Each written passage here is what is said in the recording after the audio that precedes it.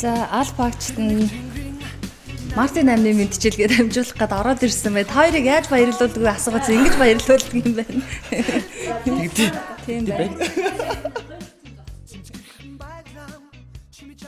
Сайн байцгаана уу сонсогчдоо, сайн байцгаана уу үзэгчдээ, сайн байцгаана уу бүсгүйчүүдээ. Энэ өдрийн мэнд хүргэе. Хөгцөнгө радио хөтөж подкаст олон улсын эмэгтэйчүүдийн эрхийг хамгаалах өдөрт зориулсан тусгай дугаараа сонсогч та бүхэнд хүргэх гэж байна. За өнөөдрийн зочид бол дотоодын цэргийн байгууллагын эмэгтэй албаагчдыг зочдороо ирсэн. Сайн байцгаана уу? Баярын мэнд хүргэе. Баярлалаа. Танд ч гэсэн бас баярын мэнд хүргэе. Баярлалаа. Баярлалаа. Танд ч гэсэн баярын мэнд хүргэе. За баярлалаа. Тэгэхээр сонсогчдоо мөрдөстөө эмэгтэйчүүд Хөгтөнгө радиогийн студид хөтөж подкастын одоо зочноор оролцож байна. Дотоодын цэргийн эмэгтэй албаагчид цэцгээ болон зол заяа. Тэгэхээр одоо энгийн бид нар бол яг ямар цолтой гэдгийг хэлж мэдэхгүй байна. Тэгэхээр цэцгээ та өөрийгөө одоо манай бүсгүйчүүдэд үзэгчдэд танилцуулах уу? За баярлалаа. За намайг Тарцрангийн цэцгээ гэдэг. За би дотоодын цэргийн тэг 5 дугаар ангийн ажиллагааны ахлагчаар сургууч халтцалтайгаар үүрэг гүйцэтгэдэг ийм эмэгтэй албаагч байгаа. За зол заяа. Намайг Гавиг өгтө зол заяа гэдэг. За би дотоодын цэргийн 8-5 дугаар ангид хамгаалалтын ажилтнаар ажилладаг халагцалтай юм байна. Дотоодын цэргийн байгууллага цагдаа, тусгай, онцгой гэдэг мөрдөстөө албаагчид их байдаг. За миний хувьд бол осолдохгүй нэг цагдаа нараа ялгаад байдаг.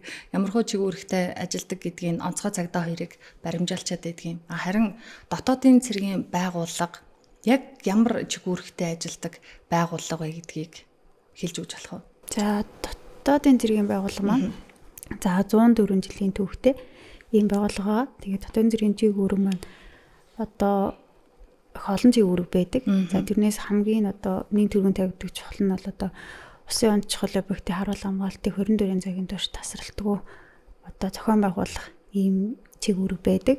Тэрнээс гадна за цагдаагийн байгууллагын үйл ажиллагаа дэмжлэг үзүүлдэг. За энд нь болохоор нийтийн журам хамгаалах, олон нийтийн аюулгүй байдлыг хангах, гэмтэрэгтэй тэмцэх ийм үйл ажиллагаанд дэмжлэг үзүүлдэг. Мөн бусад төрийн зэргийн байгууллагуудаас дэмжлэг үзүүлж ажилладаг. Энд нь болохоор онцгой байдал, шүүхийн шийдвэр, хил хамгааллын газарт бас үйл ажиллагаанд дэмжлэг үзүүлэн ажилладаг. Тухайн одоо шаардлагатай тохиолдолд бусад одоо шаардлагатай тохиолдолд төр хугацаагаар объектыг хамгаалал хамгаалтыг нь хариуцах мөн одоо тэсэр тээвэрлэх бодисын одоо тэсэр тээвэрлэх бодис тэгээд мөнгө тэмдэх тэрний хамгаалтыг зохион байгуулалт нь ажилладаг. Тэгээд хүмүүс ер нь яг ингээд яг таны хэлдгээр ингээд дотоодын цэргийн байгууллагад ажилладаг хэрэг яг ямар байгууллагуудыг яг таашаа юу асуудаг яг юу хийдгийг 104 жилээ тийм удаан болсон юм гэдэг асуудаг байхгүй. Тэгэхээр яг ингээ хэлэхээр Усын чухал объект гэж юу ингэж асуугаад байдаг. Тэгэхээр ингээд бидний одоо нэг ундны усны их усүр те хүний амьдралын үнэт хэрэгцээ болсон ундны их усүр тэгээд шаардлагатай одоо ус дулааны станцууд тэгээд одоо Монгол улсын стратеги чухал ач холбогдол бүхий одоо энэ лабораториудыг манай дотоодын цэргийн байгууллага хамгаалдаг хэмжээгүүргийг хүлээн ажилладаг. За цэцгээ бол манай Монголын үндэсний олон нийтийн радио телевизийн манай одоо байгууллагч тусгай объект учраас энд байдаг гэдгийг бид бол бие биенээ таньдаг. Одоо 2000 би бол 7-8 оноос эхлээд цэцгээ 11 оноосоос байж байгаа болохоор мэдж байгаа юм. Одоо ингээд цэргийн хүмүүсийг харахаар та хоёр нэг юм яг тушаал авсан юм шиг магадгүй орохт нь дарган ч юм уу захирагч нь ч юм уу тийм ээ ингээд инээж болохгүй шүү тэрийг ярьж болохгүй шүү энийг ярьж болохгүй шүү гэж хэлсэн юм шиг санагдаад би та хоёроос асуулт асуух гэхээр усын нууц яриулах гэж байгаа юм шиг санагдаад гайгүй юу ер нь тушаал одоо ингээд цэргийн хүмүүс юм чинь те одоо ингээд ламрыг ирээч гэдэг юм ингээд яриад явж байгаа юм ер нь дэг журам хэр байдаг вэ та хоёрыг ингээд харахаар би ч ингээд нэг жоохон би бариад онлоо. Яг цэргийн хүн гэдэг бол бас захилга баттай байх хэвээр. Тийм. Тэгээд нөгөө хүн өмсөж байгаа хувцас тийм. Хуулийн дагуу хүлээсэн үүрэг гэж биднэрт байгаа. Тэгээд тэрэндээ захирагдаж ирнэ бол явна л та. Гэхдээ яг ярьж болно болохгүй гэсэн юм бол нэг бол байхгүй. Тэгээд тэгэхээр гайгүй. Гайгүй юу. Ер нь бол ярилцчаад асуулт байх юм тийм ээ. За дотоодын цэргийн байгууллага бусад цагдаа хүчнийхэн бидний мэдгүй байгаа яг нэрлж мэдгүй байгаа газруудаас онцгой чиг үүрэг гэж байна уу? Яг одоо үгээрээ л ялгаатай шүү. За магадгүй үүн дотор бидний одоо мөрдөлтөл бол онцгой ч юм уу цагдаа ч юм уу биш ингээ хувцаараа ялгардаг ч юм уу өөр ямар нэг онцгой шинж тэмдэг байдаг уу? Байгаа. Одоо хэлийн зэрэг гэлдэг чи одоо тийм Монгол орныхаа халдшгүй дархан байдлыг хамгаалах үйлсэд хүчин зүтгэдэг бол одоо манай байгууллагын хувьд бол яг Монгол улсын дотоод аюулгүй байдал гэдэг хэмээг мөрдүүлж ажилдаг. Тэгэд манай зоологийн хэлсэнчлэн яг одоо нөгөө унтны ус, тог цахилгаан станц гэл ингэж шүү дээ. Яг тэр чинь нөгөө нэг яг одоо үндэсний аюулгүй байдалд ордог. Тийм болохоор энүүгээрээ бусд байгууллагуудаас давуу талтай байгууллага. Дотоодын цэргийн байгууллага анги ангаараа ингээд тус тустай байгаад байгаа. Одоо жишээ нь цэцгээ нэг өөр анги байж гин. Залзааяа бол бас нэг өөр ангид байдаг ингээд ирсэн гэд ярьж байгаа штэ. Зүгээр сонирхоод асуухад та хэд ингээ хоорондоо тэр ангид орчих юм бол одоо энэ онцгой объектууд дээр за онцгой объект юм чи бүгдээрээ чухал бүгдээрээ хариуцлагатай байна гэдг нь ойлгомжтой. Гэхдээ одоо унтны усны их үсрийг хамгаалдаг газар гарч байгаа тохиолдолд энэ илүү онцлогтой шүү. Энэ дээр хянамга хандах хэвээр тэр ер нь хэцүү шүү. Тэр шээ нэг ер нь явахгүй байх юмсан эсвэл явах юмсан гэж ингэж ялгаж хоорондоо ярьдаг юм байгаа юу? Миний хувьд бол ер нь байхгүй. За. Адилхан л 24 цагаар харуул хамгаалтыг гүйцэтгээд явж байгаа болохоор бүгд л тийм Монголын үндэсний аюулгүй байдлыг хамгаалж байгаа болохоор тэр нь тийм юм гэсэн тийм ойлголт байхгүй. Залзаад байдаг уу? Миний хувьд бас яг л ижлэг. Яг тэгэхээр одоо бидний яг ажлын дотроо тусгацсан бид нар яг тангараг өргөөд яг тэр одоо үнцүүрэгчийг үргийнхээ тугаа ажиллаж байгаа учраас яг за тэр объектын дээр очивол надад хэцүү. Энд бол амар байна гэх юм баггүй. Яг тэгэхээр яг л үргэсэн дангарахтайхаа үнцээр зүтгээд тэгээд яг 24 цагаар харуул хамгаалттай хариуцж байгаа болохоор яг тийм одоо нэг үгээр хэлвэл одоо хүмүүсийн хэлдэг шиг биеийн амрыг харах юм бол шаардлага юм байхгүй. Тийм болохоор яг л яг сонгосон мэргэжилтэд өмж байгаа хэрэгтэй. Яг сонгосон газрынхаа одоо нэг ямар нэгэн зөрчил гарахгүй тий. Тэр тухайн одоо жишээ нь ингээд ундны усны их үсэр дээр ингээд гарлаа гэж бодоход ингээд тэн дээр чинь ингээд ялангуяа ингээд усны нөөцтэй холбогдол маш олон асуудлууд байдаг хгүй. Тэгэхээр аль болох соноос ирэмжтэй яг 24 цаг бол яг сонор ирэмжтэй үргүүцдэг. Тэгэхээр яг тийм ялгаж гарах тийм объектууд ер нь бол байхгүй л гэсэн. Одоо 10 жилд байхад нэг жоохон ирэмгий төсвөр төвчээртэй нэг юм биеийн тамирын хичээлд сайн огтуд одоо сүулт нь харж байгаад ангийнхнаас цэрэг юм уу цагдаагийн хүм болцсон харагдаад байдаг. Та хоёр энэ цэргийн хүм болохоо яаж өөрсдөө шийдсэн бэ? Одоо яг миний бодож байгаа шиг хүүхэд байхдаа 10 жилд байхдаа биеийн тамирын хичээл сайн байсан уу? Эсвэл аав ээж нь цэрэг цагдаагийн хүн байгаад бас удамж дамжаад ингэ явцдаг штеп. Энэ түүхээсээ ярьж өгөөч. Тэгээ миний хувьд бол тэг цэргийн байгууллагатай миний хүүхэд нас бол маш салшгүй холбоотой. Миний аав ээж бол нэг дархан хэллийнхаа алчгүй дархан байдлыг хамгаалаад хэлийн став дотроод дээр ажилтдаг байсан. Тэгээд миний аав ахлаа болцолтой миний ээж бас нөгөө холыг ортуулж нөгөө гэдэг шиг холбооч мэрэгчлээ ингэж байдаг байж байгаа. Энэ бол яг л тэр цэргийн амьдралыг ингэж харж, сонсож, мэдэрч өссөн болохоор энэ бол би цэргийн хүн болно доо гэл. Энэ хүүхд тахад ингээл нөгөө ах нар, аав ээж нар ингээл хөл тавиал алхаж байгаа мэдрэмж ингээд нэг юм гоё цаанаасаа юм огшмор юм санагддаг байсан л да. Тэгэл ер нь бол за би миний мэргэжил бол ер нь бол би цэргүүн болох хэрэгтэй байна. Ингээл энэ аав шигэ те хичшгэ ах шигэ энэ хүмүүс шиг л юм гоё ингээл цэргийн хүн болол ингээл их орныхоо төлөөл ингээд ажилдаг хүн болно даа л гэж их боддог байсан. Тэгж бодож явж байгаа л энэ албыг сонгоод энэ албанд орж ирсэн. Тэгээд энэ албанд орсондоо маш их баяртай байдаг. Хүүхд насны минь мөрөөдөл байсан гэх юм уу? Залзаа. За миний бүхэн бол яг цэргийн байгууллагт бол их санамсаргай тохиолдлоор яг орсон бидэх байхгүй. Тэгээ би өөрөө бол яг анаан сургууль төгссөн. Тэгээ яг нэг юм цэрэг цагтаа одоо нэг юм онцгой байдлын тийм албан тийм огт тийм ойлголт байхгүй. Яа тэр нүн ингээд анагаан сургууль юм бол тэгэл номлол дэврээ явж тэгэл уншаал номтой нийлэл хийж байгаа. Тийм гот ингээд цэргийн байгууллагт ингээд орсон гот айгу тийм сонин содон тийм айгу тийм шинэлэг мэдрэмжүүд айгу авч ирсэн байхгүй. Тэгээд анх л 2017 онд орж исэн. За тийм байгууллагад. Тэгээд одоо бол дотоод зэрэгтэй эзэлдэг. Тийм их хувь тохиол биш юм болов гэж боддог. Гинт одоо хүмүүс нэг халтарна гэж ирдэг шүү дээ. Яг тэгэл халтраал тийм орцсон. Тэгтээ бол энэ аплай мэдээж хүндэлдэг. Албандаа хайртай. Чиг үүргүүд нь нэрээ дотроо ямар чиг үүрэгтэй байдаг вэ? Одоо ингээд ахлагч гэж байна, офицер гэж байна. За тэгээд золзоёо бол сая ангаахын чиглэлийн гэж байгаа юм чи магадгүй энэ дотроо эмч цэвэрлэгч ч юм уу тэ хийдэг байдаг юм уу? Ямар чиг үүрэг байдаг вэ? Тэгэд энэ дотоодын цэргийг сонгох гэж байгаа хүүхдүүд тэр дундаа охид эмэгтэйчүүд харж байгаа бол ямар сургууль төгсвөл яг ингээд ийм гоё сүрлэг юм үрдэстэй эмэгтэй болох боломжтой юм бэ? Тэг одоо манай эмэгтэй албаагчдын хувьд бол ерөнхийдөө тусгаалсан мэргэжил чиг үүрэг дээр ерөнхийдөө албан үүргөө гүйцэтгэдэг. Хамгаалалтын ажилтан, тэлийн энэлтэй ажилтан, мэдээлэл хүлээн авагч, одоо манай зоологийн элдэг шиг эмч цэвэрлэгч. За тэгээд артл хангалт, нэгтлэн, нэрв гэсэн энэ оронтоонууд дээр ерөнхийдөө эмэгтэй албаагчд маань ерөнхийдөө бүрдэж ажилладаг.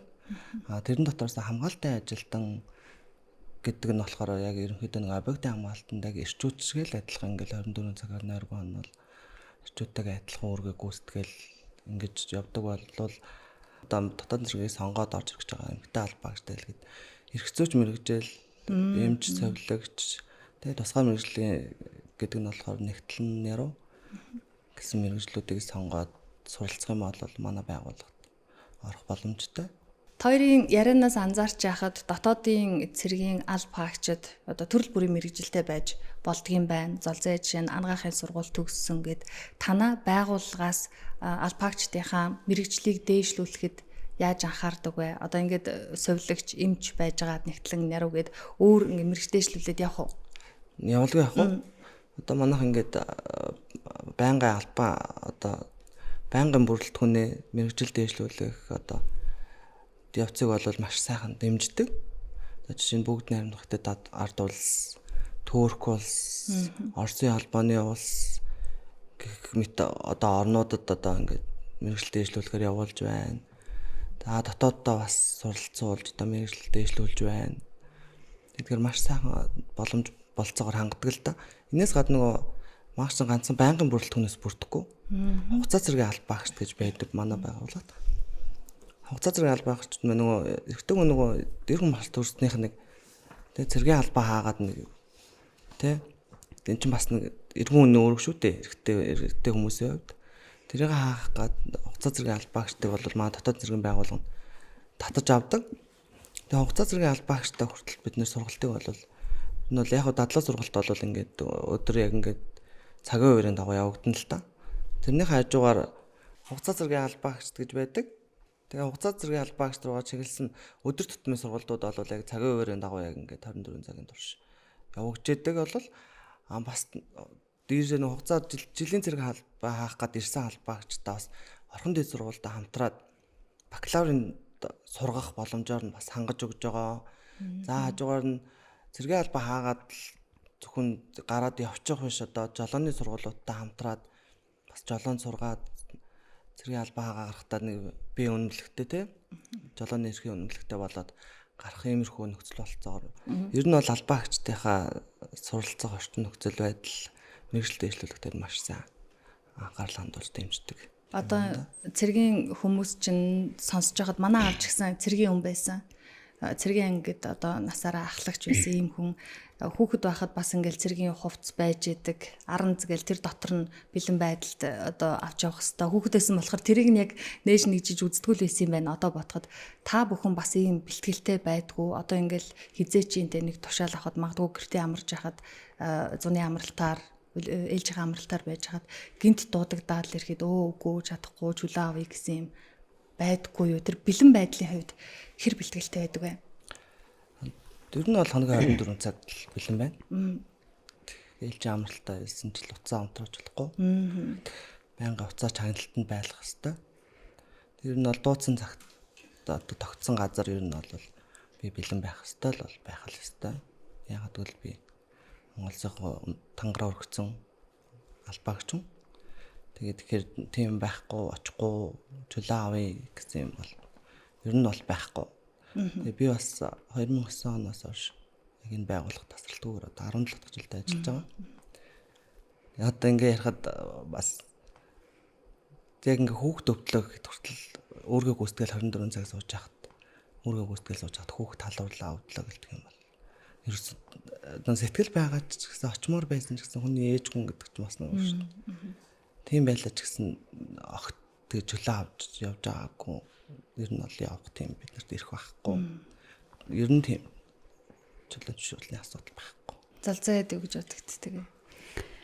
За сая нэг жишээ хэлэхэд бол би сая юусаа өөрөө бас ийлж амралтай байж байгаа. Тэгээд яг нэгтгэд удаад ажилдаа орсон. Тэгээд тийм нүг нутагтай байсан ч гэсэн за чи тэднүүдэр бэлэн байгаараа гинготоо за ойлголоо. Би ингээд ойлголоо л гэж хэлж байгаа. Тэрнээсээ ч яг ингээд ийм тийм шалтгаан байна. Шалтгаантай очих ер нь бол тийм ирэхгүй л дээ. Яа тэгэхээр одоо нүг мөрд хувцын өмсөд одоо мөрдийн зөч учраас тэгээд өсөө үүрэг даалгаврыг бол ер нь бол яг л биелүүлэхэл тийм үүрэгтэй хүмүүстэй.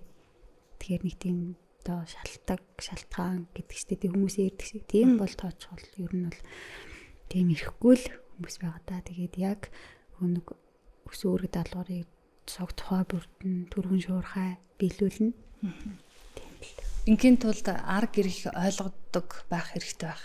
Одоо тэгэл тушаал бол тушаал цэргийн хүмүүс ойлгомжтой одоо мэдлэг гүйцэтгэж гэдэг юм уу те дарга одоо захирагч юм хэлсэн болвол ингээл тушаал биелүүлээд явдаг. Арга гэрийнхэн эхлээд юу гэж хүлээж авч ирсэн бэ? Энд дээр бэрхшээлтэй хэцүү санагдчихсэн юм байдаггүй. Одоо ер нь хүүхдүүд том болоод юм уу эсвэл арга гэрийнхэн тасаад гайгүй болсон болов ямар байсан ихэндээ? Анх сонгол орж ирэхэд бол яг манай миний гэр бүл бол яг нэг цэргийн болохоор одоо нэг тэгэж дургуутж байгаагүй. Би бол нөхөртөө аяг бас цэргийн ангид танилцчихсан. 2006-аас 9 онд Тэглийн цэргийн техник 151 дугаар ангид ажиллаж байгаад ингийн ажиллаж байгаа танилцчихсан нөхөртөө. Тэгээд тэгэхээр маань нөхөр бас цэргийн хүн гэж одоо бол ерөнхийдөө хуваарь ажил эрхлээ явдаг хүн байгаа.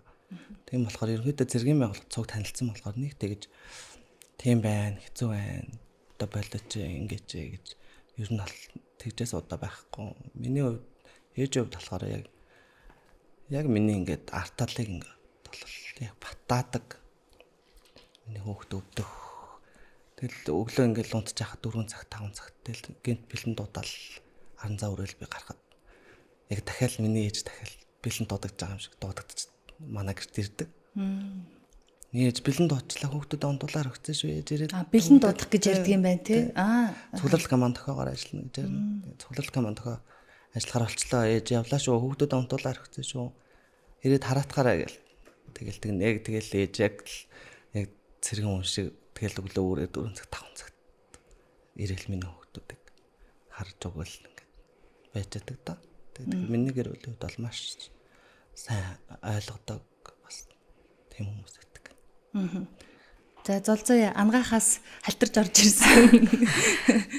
За манайд л яг тийм цэргийн байгууллагад ажилтдаг хүмүүс ер нь л яг ховор идэхгүй.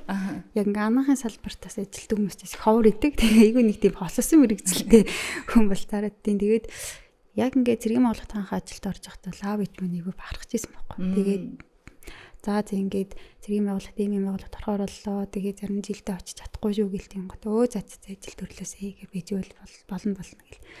Тэгэл одоо ингээд цуг байдаг болсноос хойш ер нь бол за ингээд өөрөө ийм байна, тийм байна гэх гот айгуус ойлгодог. Тэгмэл за хэрэгтэй зүйл юу байна? За одоо шаардлагатай юм юу байна? Хар гэртээ санаа зовх, ээждээ санаа зовх хэрэггүй шүү. Би хаана өвдөхгүй бол тэг ээж нь бол сайн байгаа шүү. Тэгэл ажил төрлөө сайн хийгэрэг гэдэг. Манай нэг ээж нь баян хэлдэг гэдэг. Хүн ажил төрлөө сайхан бижүүл тэгэл болоо. Тийм болохоор нөхөн ажил төрлөөсөө игээрээ хартаа санаа зовх шаардлагагүй шүү. Тэгээ манай хүний хувьд бол яг цэргийн болгот ижилдэг байхгүй. Тэгэхээр ер нь бол яг ижлэхэн төрлийн ижил хийдэг учраас яг нэг байгууллага нь өөр ч гэсэн тэгээд яг нэг ижлэг нь яг цэргийн ус өмсөөд яг ижлэг нь өрг талбараар ижилдэг учраас ер нь бол тийм нэг за чи гэр орондоо цаг зав гаргасан өнгө гэж хэлэх тохиолдол ер нь л яг ховор идэг. Тэгээ манай хүний ижлэгсээ айгу тийм завгүй ижил хийдэг байхгүй. Тэгэхээр нэг аль болох би биний нөхөд тэгж ажиллахыг айгүй хичээдэг. Тэгэхээр нь ойлголцох тал дээр нь айгүй амар идэг. Тийм бэрхшээлтэй тал яг мэдээж байна. Гэхдээ дэрийг бол орондоо ярилцаад ингээд давамдал гаргахад ер нь айгүй тийм боломжийн санагддаг. Одоогор нэг тийм айхтар тийм асуудал гарсан юм бол ер нь бол байхгүй тийм. Нэр цэргийн байгууллага тэгээд ээлжээр ажилдаг хүмүүс ч бас байдаг штэ. Амралт бүх нийтийн амралтын өдөр таарж байна уу? Цагаан сар одоо март юу гэдгийг те улсын их баяр наадам таарж гин үү? Тэр хүний ажил бол ажил, тэнд хоногоор ажиллах бол одоо ямар бие баяр тэмдэглээ чи энд ингээ 24 цаг гар гэх юм биш юусоо тийм байхгүй. Ялгалгүй ажиллаж идгээр их онцлогтой штэ. Эндээ одоо бүр сэтгэл бол шулуутцсан уу? Шулуутцсан. Яг л нөгөө хүмүүс ингээл баярлаа л тийм гэрүүлээрээ баярлаа шинэ жилээ ингээл гэрүүлийнхэнтэйгээ гаргаал цагаан сараа гэрүүлийнхэнтэйгээ ингээл шинэ нэг өглөө золгоол ингэж яхад яг 24 цагаар үүрэг гүйцэтгэл ерөнхийдөө яг ээлж манад харах юм бол яг тэгэл 24 цагаар үүргээ гүйцэтгэл байж байна л та. Тэгээ тэрэн дээр бол тэр миний энэ дээр бас нэг айгуу тийм инээдтэй юм байд. Яг миний хоёр дахь охин болохоор яг 7 сарын 11-нд төрсөн байхгүй наадмаар. Тэгээд ерөнхийдөө бол хүүхд охиныхоо турс өдөр ер нь дийлэнхтэй ер нь байдгүй.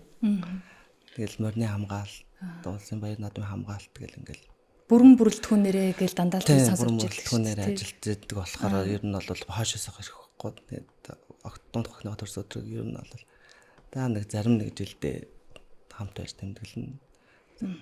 Ихэнх дийлэнх жилүүд одоо ерөнхийдөө миний охин 13 хүрч байгаа. Ер нь за нэг 4-5 удаа л хамт тэмдэглэсэн байх гэж боддог. Одоо тэг хөөрхөө ээж ажилдаа явсан даа л гэж бодвол тий ажилдаа явсан даа ээж ажилдаа даа гэл ингээл хөөрхөн байж идэг та. Залцаа яг баяр өсөл болоод хүмүүс гэр бүлээрээ ингээл яваал нэрээ ээлж ажилтай юм цаг наргүй хүмүүс за би насаараа бараг л гэрийнхэнтэйгээ баяр тэмдэглээгүү гэл ярьж байдаг ш. Яг ямар мэдрэмж төрдөг үү? Анх бол нэг орчоод ажил дээр ингээл тасгал хийж хатвал айгүй тийм сонин санагддаг гэсэн үг. Яагаад би ингээд дандаа би нэг ажилд орчоод 3 жил 4 жил дараа л нэг шинэ жилээр дандаа 31 чичүүрдээ таардаг гэсэн үг. Дандаа яг намаа гаргаад та нар өөртөө гарч болдгүй юм уу? Би яагаад дандаа энд намаа яг нэг жил болгон гаргаад идэв ингээл аягүй тэгдэг гэсэн үг. Тэгээ яг нөгөө нэг тэр үед яг би нэг ганц би байдаг гэсэн байхгүй. Тэгэхээр яг нөгөө бусад нөгөө хүмүүс маань бас боломж олгодог байхгүй би. Тэдний өөрөө тэгж хийлж байгаа ч гэсэн за нэг ч гэсэн гэр бүл амбал ирээ хин анаа өгтөг гэж одоо за би гарчий эсвэл тэгээ яг ингээд баяр наадмаар ингээд мэдээж би тэр харуулын зэг дээр ингээд үр гүйцэтгэж байгаа ч гэсэн яг ингээд би тэнд одоо 24 цаг үр гүйцэтгээ за нэг усын онцох объект ингээд 50 байж байгаа тэрний ард ингээд бас ингээд тэр объектэд ажилтдаг хүмүүс ч гэсэн ингээд арга гэртийгээ амар тайван те баяр наадмаа тэмдэглээ шинэ оноо өгтөд бийж байгаа нь бас нэг талаар айгу тийм сайхан мэдрэмж төрдөг. Тэгүн гот одоо ингээд усын онцох объект чинь гэдэгхгүй за ингээд за нэг хүн бас нэг надаас гадна бас нэг хариуцдаг хүн ингээд цаад байгууллаас нэг томилоо өчтдөг тийм. За чи очиод баяр наадмын өдөр чи тэр өдөр ингээд хариуц гэдэг. Тэгүн гот ингээд тэр хүмүүс бас ирж өөрөө шаардлаган те тэгүн гот бас санаа зовтог бол бас байдаг байхгүй. Ягаад тэгэхээр нүн ингээд за амралтынхоо өдрөөр ингээд хүрээд ирсэн байх те. За бид нэр ингээд за ингээд ямар нэгэн зөрчил илрээгүй ямар нэгэн гал ус аял гараагүй байна. Бид нарны хувьд одоо айгу сэтгэл хамаар тэр хүмүүсийн хувьд ч айгу сэтгэл хамаар идэхгүй. Тэгэхээр нүн бид нар ажиллаа сайн хийж гин тэрний ард ингээд бас өчнөө хүмүүс ингээд бас амар тавин те. Ингээд гэр сайхан хамтлаар халуун хамтлаараа байж байгаанаас айгу тийм гоё сайхан мэдрэмж төрдөг. Тэрнээс айгу даваа талтай айгу гоё санагддаг. Цэрэг цагдаагийн хүмүүсийн хувцсыг хараад хүүхдүүд, эмэгтэйчүүд гоё шүү, сүрлэг шүү гэд мэрэгжлийг сонгох тохиолдлыг бас сонсч байсан. Та хоёрыг ингээл юм гоё хувцас өмсөл ороод ирсэн чи хөө ямар гоё жахваатай юм бэ гэсэн мэдрэмж надад төрж байгаа юм бэ. Би ч гэсэн хэрвээ цэрэг цагдаагийн хүн болоод ийм хувцас өмсөөд ингээд ажилласан бол ямар харагдах бол гэд одоо өнгөцгөн л бодож байгаа юм л да. Харин та нарт энгийн өдрүүдэд амарч байгаа өдрүүдэд одоо ингээл ингийн бид нар шиг хувцас өмссөн байж ах сэтгэл зүйн мэдрэмж яг энэ цэргийнхээ 4 дахь хувцсыг ингээд өмссөн байгаа байдал одоо ямар мэдрэмж төрдөг вэ? Би Монгол дээлээр зүрлэх гээд байна. Одоо Монгол дээлээж бүрнээр нь ингээл өмсөөл явахад ингээл Монгол хүн болгоно нэг те хөөх гэл гоё шүү гэл дотор нэг өөр хүн орсон юм шиг мэдрэмж байгаад идэг. Тийм мэдрэмж байдаг болов уу? Бэлгүй яах вэ? Ингээл төрийн хувцас ингээл одоо таны хэлж байгаа шиг ингээд энэ гоё хувцас өмсөл. Ингээл ингээ буйж бүрнээр ингээл өмсөхөд ингээд нэг цаанаасаа нэг тийм тий хинээс нүдэнд тийм тий өөс хөвтэй юм харагдахгүй байх юмсан. Тий яагаад гэвэл би чинь одоо энэ төрийн одоо талин тий хин нэгэн одоо ингээд намайг хараад тий одоо таны хэлж байгаа хүүхдүүд ингээ хараад нэг цэрэг юм болох ямар гоё юм гээл тий гэж хардагтай адилхан тэр хүүхдүүд нүдэнд тэр ард иргэдийн нүдэнд тий энэ ямар гоё юм бэ цэрэг хувцас ямар гоё чавхат харагдсан юм бэ үнэхээр гоё юм байна гэдэг тийм мэдрэмжийг төрүүлэх бас албаа бас маш сайхан авч яваагаа ингэж бас хувцаараа илэрхийлэх тий ер нь бол хувцас цэвэрхэн нямбаа өмсөж байна гэдэг чинь ер нь бол бидний албандаа хандж байгаа хандлагыг бол хамгийн наадлын жишээ гэж би бол хувьдаа боддог болохоор ер нь бол төрийнхөө хувцсыг маш сайхан цэвэрхэн нямбаа дөрмийн дагуу өмсгийг аль болох хичээдэг. За мэдээж сайхан мэддэг. Яа тэгэхээр ингээ зэрэг хувцас өмсцөө ягаад ч юм ингээл хүмүүдэг тий гоё ялхдаг. Ялангуяа бид нэр ингээ нөө цэргийн суулцуулцат нөгөө манай багш нар ингээ зэрдэг байхгүй. За даа нар ингээ гадуур ингээ дөрөв туцаа ингээ өмсөө явнаа. Явах шаардлага гарнаа. Тэгэн гут ингээ за ингээ гудамжаар ч юм уу ингээ за ямар нэгэн алан байгууллагад ингээд ороход ингээ та нарыг бол ингээ яг тийм олонний танил хүнд харж байгаа юм шиг ингээ хардгий шүү та нарыг ингээл нүдээ салгахгүй хардгий шүү. Тийм болохоор албаныхаа хувцсыг ингээд маш тийм гоё цэвэр цэмцгэр өмсөж байгаараа гэд бид нэр ингээд сурж байхын хувцад айгүйх зааж өгдөг гэсэн юм. Тийм ингээд годамж талбайгаар ч юм уу ингээд олон нийтийн байгууллагт ингээд явж байхад юу надад тийм мөрцөх явах айгүй дуртай санагддаг. Тэгээ ялангуяа нүн тэр үедээ доогоор өсгөөтэй хатл өмсөж чинь тийм гот ингээд зэгзэгээл ярьж байна. Зэгзэгээл тэгээд энэ тал хөтлөөний дурсамж идэхгүй надаа би за хаана явж байсан сайн санахгүй. Тэгээд нэг жоохон хөх тэрээд цэрэг анив тань анив би тантай зураг даруулчихъя. Тэгээ би нэг өвдгөн дээрээ суулгаад нэг зураг даруулчихсан нэг тийм айгүй гоё санагдчихсан. Тэр цэрэг анив байд гэдэг хөрхөнгүүж ирээ яслаад анив би тантай зураг даруулъя. Тэр нэг тийм айгүй гоё дурсамж байдаг. Тэгэхээр нүг ингээд хувцас өмсөө явж явах тийм айгүй тийм гоё ямар зэрэгэл. Тийм гоё санасаа л тийм үр зэх юм санагддаг та. Өдөр тутмын ажил бол одоо онцгой объектуудад харуул манаа хийгээд аюулгүй байдлаа сэргийлээд ингээд ажиллаж байна. Бусад үедээ цэргийнхнийг одоо хээрийн сургуульд гарна гэж манай аав тэгдэг байсан. Хээрийн сургуульд гарна. Хүүхд байхад бас л мэдэхгүй тэнд одоо яг юу хийдэг юм бол гэж боддог. Одоо дотоодын цэрэг юм чин хээрийн сургуульд гарах, бэлтгэл сургуулалт хийх гээд ийм ажлууд давхар байдгүй. Энэ тэгээд яг үндсэн чиг ажлын үүрэг болоод явдггүй ямар байдаг юм болоо. Зүгээр ингээл өдөр тутам ажиллаа хийгээл гэртээ хараал ийм маршруттай байх уу? Гүү. Чин байнгын бэлтгэл сургуультай. Одоо 30 км маршин далах, буудлага хийх, тий. Одоо хээрийн сургуульд одоо 3 хоногоор, 1 хоногоор, 2 хоногоор ч юм ингэж гарах нэм тохиолдлууд гэж одоо ер нь бол энэ одоо байх ёстой зүйл байнга ер нь явдаг. Тэгэхгүй бол тэр нь бол цэргүүн болтол өнөөдөр ингээл нэг ээлжинд үүрэг гүйцэтгэл ингээд явах чинь цэргүүн биш шүү дээ. Тэ өнөөдөр хүмүүс аман гарлаа ч юм уу те. Ямар нэгэн юм гарланд одоо улсад ямар нэг асуудал гарахад бид нэр өөрсдөө бэлдэж явах хэрэгтэй. Тийм болохоор ер нь бол байнгын дадлага сургуультай байдаг. Хээрийн сургуульд гарна. Тэгэл ер нь бол буудлага хийн гэл. Байнгын бэлтгэл сургуультай ажилладаг да. Эмэгтэй эрэгтэйгөө тэгэл ялгаагүй гүүгэл 30 км далахна гэсэн үг гүүн гэсэн үү? Энэ тэгэл бас л ямар төвчээр вэ? 30 км эмэгтэй гэж хайрлаа за болоо энэ удаад хөнжиг гэхгүй юу? Гүү штэ. 30 км маршинд бол тэгэл алах нь яг эрчүүтэй адилхан алхаж байгаа хооронд явдал 30 км зүгээр л ингээл алхаад авахгүй штэ. Харин за өөр нь бид нэр өмсгөө хувцас яг дөрмийн дагуу нормын дагуу тий. Цэвэр үзмжтэйгээр өмсөж чинь тэгээд арын заа өөрчлөн тэгээд явж байгаа замдаа тактик хийн. Одоо тактик гэдэг нь одоо ерөнхийдөө одоо дэнгийн үгээр тайлбарлал одоо яг юу гэж тайлбарлах юм? Дасгал хийгээ явна гэсэн үг үү? Тактик хийгээл төлөвлөгөө боловсруулна.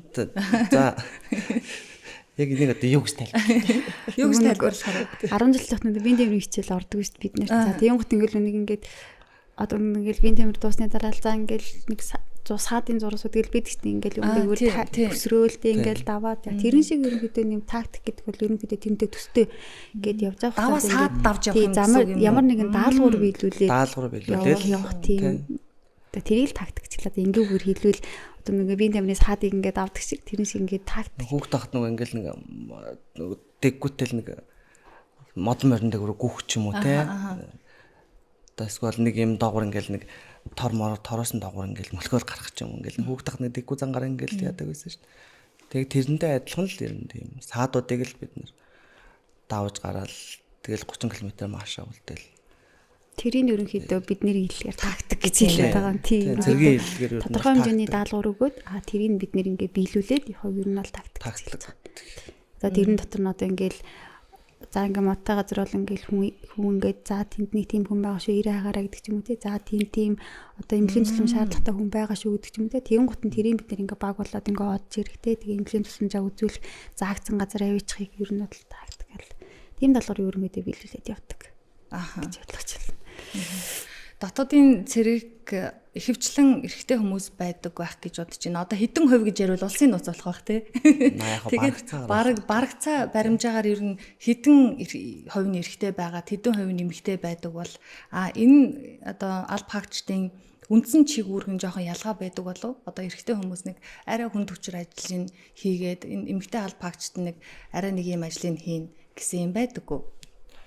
Тийм байхгүй шүү дээ. Тэгэхээр л яг л эрэгтэй хүн энэ ажлыг хийж байгаа бол эмэгтэй хүн ч гэсэн л энэ ажлыг хийх л ёстой.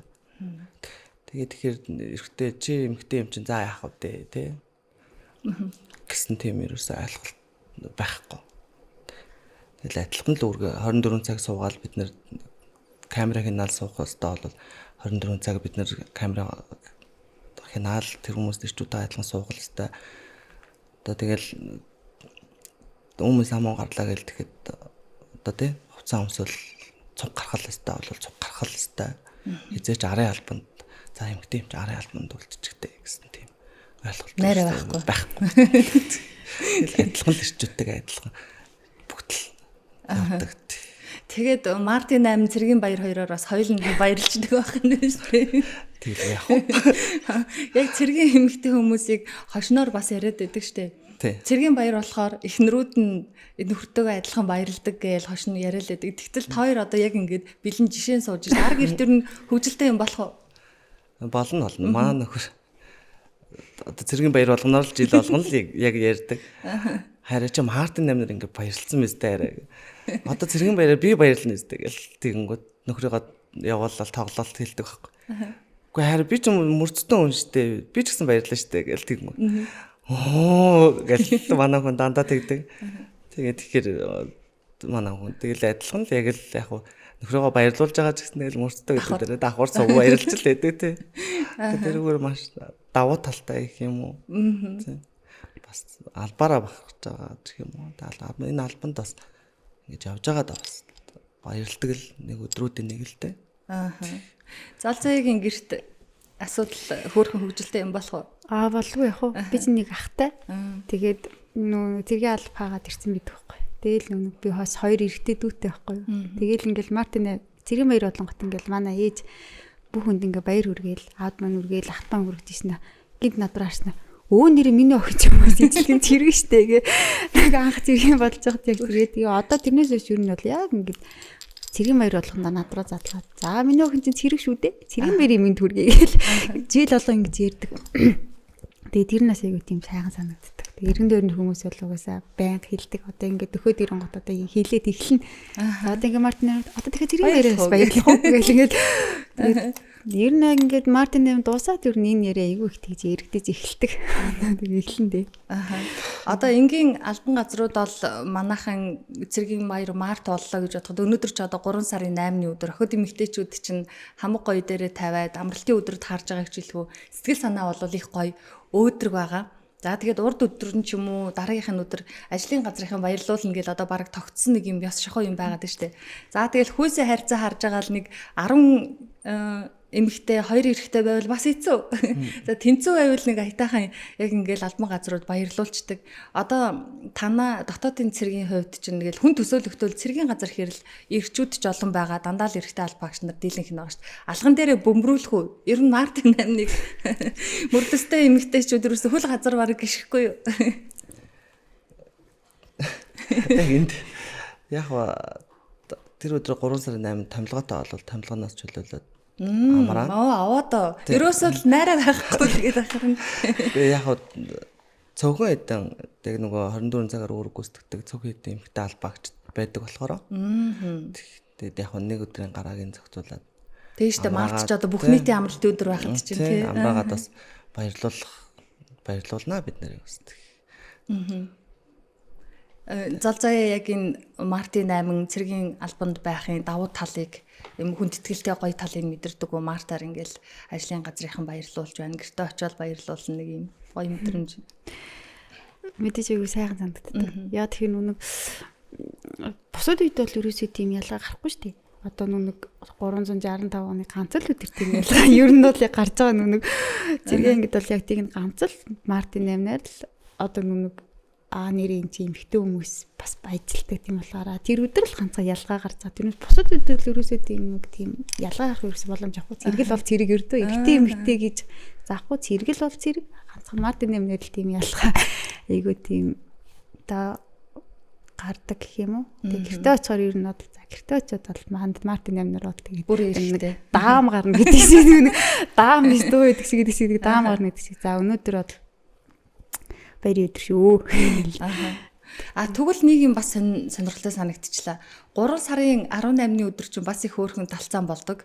Нөхрөөд баяраа тэмдэглэнэхээр эхнэрүүд юу гэдэг гэдэг үлээ ямар цэрэгт явсан биш яхаар чиний баярын гэдэг шүү дээ. Одоо та нар дотоодын цэргийн аль пагчид бүгдээрээ адилхан одоо ингээд аль пагчид байлаа гэж бодоход одоо дарга нараасаа бусдна гэдэг юм уу?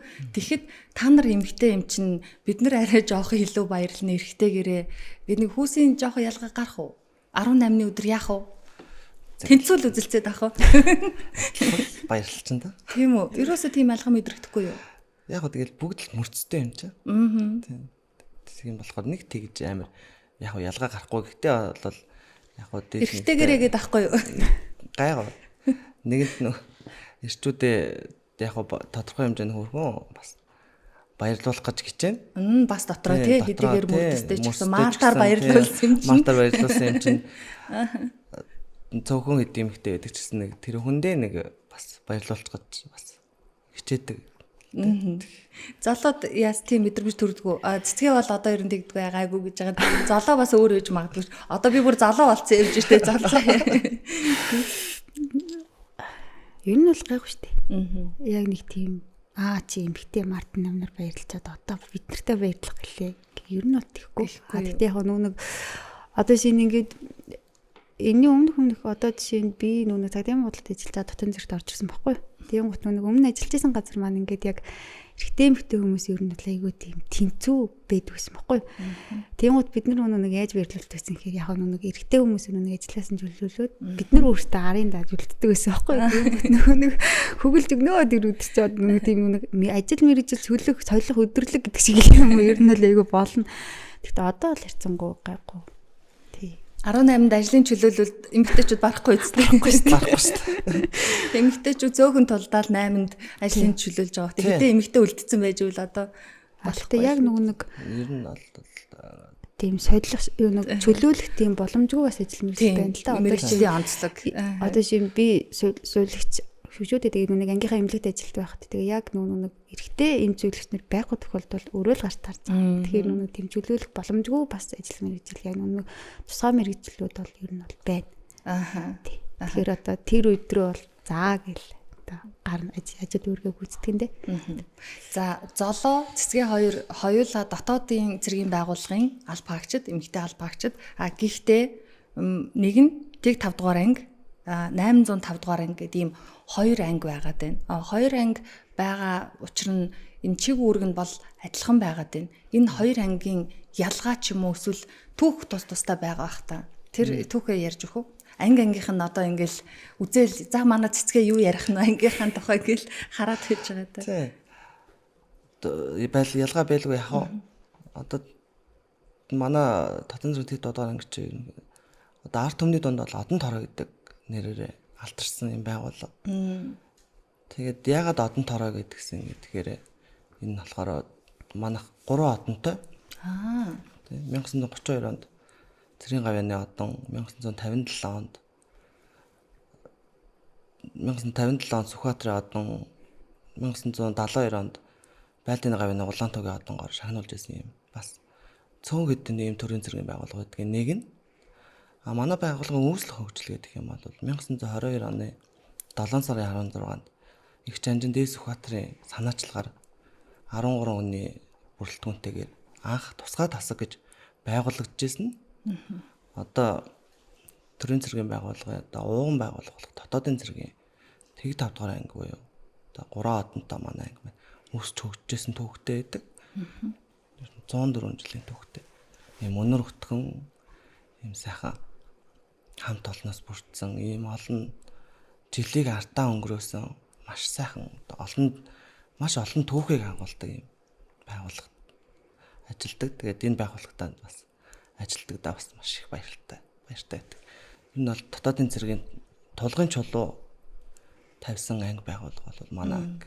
Ууган анги. Дотоодын цэргийн ууган анги гэж боддог. За Золзойгийн анги. За манай 85 дугаар анги бол 1945 онд анх байгуулагдчихсэн. Тэгээ 2025 онд бол түүх 8 жилийн ойгоо хийсэн. Бас 2025 онд бас айгүйх ажил ихтэй тийм жил өрнөсөн анги гэдэг. За Жигүүргийн хувьд бол ерөнхийдөө Дотоодын цэргийн анги байгуулалт тусгай салбарууд бол бүгдээрээ адилхан.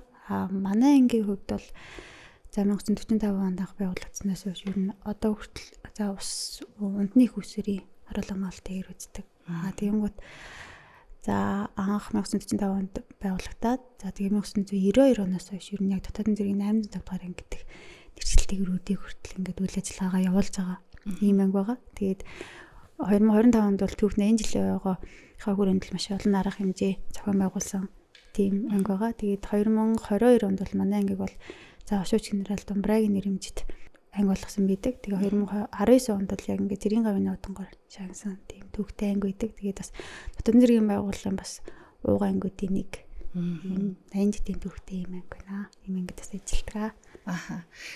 Ярилцлаганд орохоос өмнө цэцгээгийн тухай нэг яриа сонс яг одоо өөрөөр нь тайлбарлавал яг нэг мэрэгжлийн онцлог юу лээ нэг бас нэг онцлог байгаад шүү дээ эмэгтэй албан хаагчтай хувьд бол анхны эмэгтэй сургагч ахлагч цолтоогоор даргалах ахлагч бүрэлдэхүүн энийг энгийнээр тайлбарлавал яаж тайлбарлах вэ? Анхны эмэгтэй гэхээр бас өвөрмөц сонсогдоод байна. Дотоодын зэрэг одоо яг энгийнээр тайлбарлах юм бол нэг юмны нэг анхдагч гэж байдаг шүү дээ.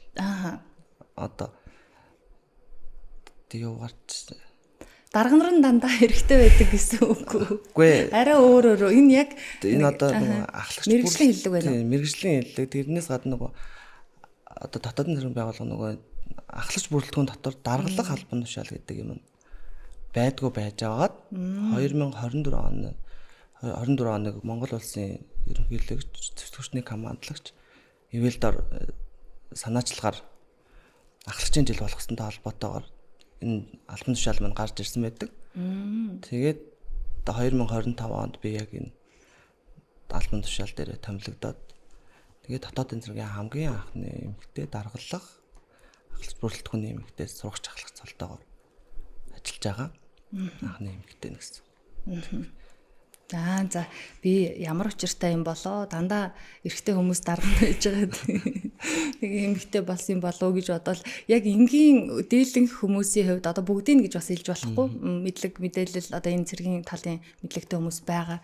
Яг дээлэнх нь бол яг ямар чиг үүрэгтэй байдаг бол дотоодын цэргийн алба хаагчид тийм ээ хувцаараа яаж ялгардаг бол юу гэж боддог бол өдөр тутмын ажил нь ямар бол гэд бодож исэн байх. Тэгэд олон улсын эмэгтэйчүүдийн эрхийг хамгаалах өдөр дотоодын цэргийн байгууллагын эмэгтэй алба хаагчидтай уулзаж одоо бас тийм ээ дан ирчүүдтэй миний бодлоор бол бас чамгүй хүн төчр хөдөлмөр ажил эрхэлж яваа хүндтэй хариуцлагатай ажил хийж байгаа хүмүүс гэж ойлгодог. Арга гэр эмэгтэй хүмүүс чинь тэгэл үр хөвгөд гэлээж идэг. Тэр болгон зоргоороо байж болохгүй.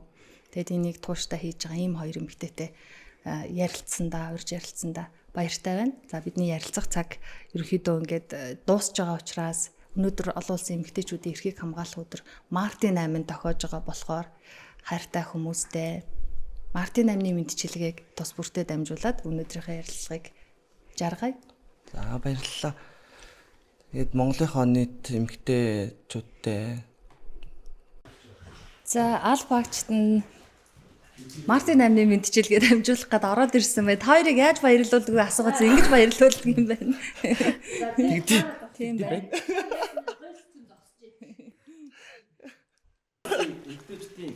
Юу гэж хариулах хэрэгтэй байсан бэ? Баярлалаа. За ямар гоё юм бэ, баярлалаа. За өнөөдөр олон улсын эмэгтэйчүүдийн эрхийг хамгаалах өдөр бидний хэлж сурснаар бол Мартин 8 эмэгтэйчүүдийн баяр тохиож байгаа. Та хоёрыг подкастт урьж оролцуулсандаа баяртай байна. Түрүүхэн асууж ирсэндээ Мартин 8-наар олон эрэгтэйчүүдтэй ажилтг эмэгтэйчүүдэд хөлийн газар хүрэхгүй баярлуулдаггүй гэсэн нэрээ тийм байна. Би бас давхар баярлжлаа. Та хоёрт их баярлалаа. Тэгэхээр Хөгтөнгөр радиог сонсож байгаа сонсогчдоо, Хөтөж подкастын сонсогчдод, бүсгүйчүүдэд Мартин 8-ны мэдчилгээ дамжуулаад тэгээд өнөөдрийнхөө ярилцлагыг жаргая. За баярлалаа. Урьж оролцуулсан бас танд баярлалаа. Тэгээд Монгол улсынхаа бүх эмэгтэйчүүдтэй олон улсын эмэгтэйчүүд эрхийг хамгаалах өдрийн бас Мартин 8-ны баярын мэндийг одоо удирдлага хамт олон байгууллагынхаа өмнөөс бүгдэнд нь баярын мэнд хүргье. За зоолзоё. За подкаст оролцуулсан танд маш их баярлалаа. Тэгээ танд ч гэсэн олон улсын эмэгтэйчүүдийн эрхийг хамгаалах өдрийн мэндийг хүргэе. Тэгээ Монголынхаа бүх сайхан ээжүүд, охид бүсгүйчүүдтэй за олон улсын эмэгтэйчүүдийн эрхийг хамгаалах өдрийн мэндийг өргөн төвшүүлье. Тэгээ та бүхэн өнөөдөр сайхан баярлаарай. Тэгээ танай подкастын хамт олонд ч гэсэн цаашийн ажилд нь өндрөөс өнөж төсөө. Та өнөөдрийг сайхан харж шүү. За баярлалаа. Ямар гоё. Баярлалаа. Сонсогчдоо, үзэгчдээ өнөөдөр 3 дугаар сарын 8-ны өдөр олон улсын эмэгтэйчүүдийн эрхийг хамгаалах өдөр тохиож байна. Өнөөдрийн тусгай зочид бол дотоодын цэргийн байгууллагын эмэгтэй алба хаагчид Цэцгээ Золзоён нартай Хөтөж подкастаар ярилцлаа. Охид эмэгтэйчүүдтэй олон улсын эмэгтэйчүүдийн эрхийг хамгаалах өдрийн мэндийг дахин хүргэе. Бүгдээрээ сайхан баярлцгаагаарай. Баяртай. Та хоёрт баярлалаа. Сайхан баярлалаарай. Сайхан баярлалаа. За.